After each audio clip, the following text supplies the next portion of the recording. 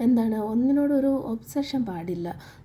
അങ്ങനെ ഒരു ഒബ്സഷൻ ഉണ്ടെങ്കിൽ അത് നമുക്കത് കട്ട് ചെയ്യേണ്ടി വരും. അതുകൊണ്ട് തന്നെ ആ ഒരു ഒബ്സഷൻ ഇല്ലാണ്ട് എല്ലാവരെയും ഒരു എന്താണ് ഒരു ഒരു ഒരു എന്തായാലും ഒരു പറഞ്ഞ് മനസ്സിലായി എന്ന് വിചാരിക്കുന്നു.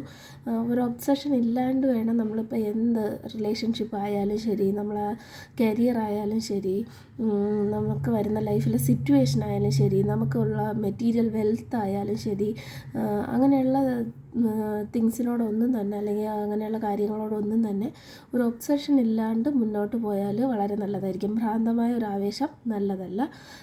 ഒരു സ്പേസ് വേണം നമുക്ക്. ഓക്കെ, ഇഷ്ടമായാലും പ്രണയമായാലും നമുക്കുള്ള നമ്മുടെ സാധനങ്ങളായാലും തിങ്സ് ആയാലും ഒക്കെ, ഇല്ലെങ്കിൽ നമ്മളെ അത് കൈവിട്ട് പോകുമ്പോൾ നമ്മുടെ ജീവിതം നമ്മളെ കൈവിട്ട് പോകും.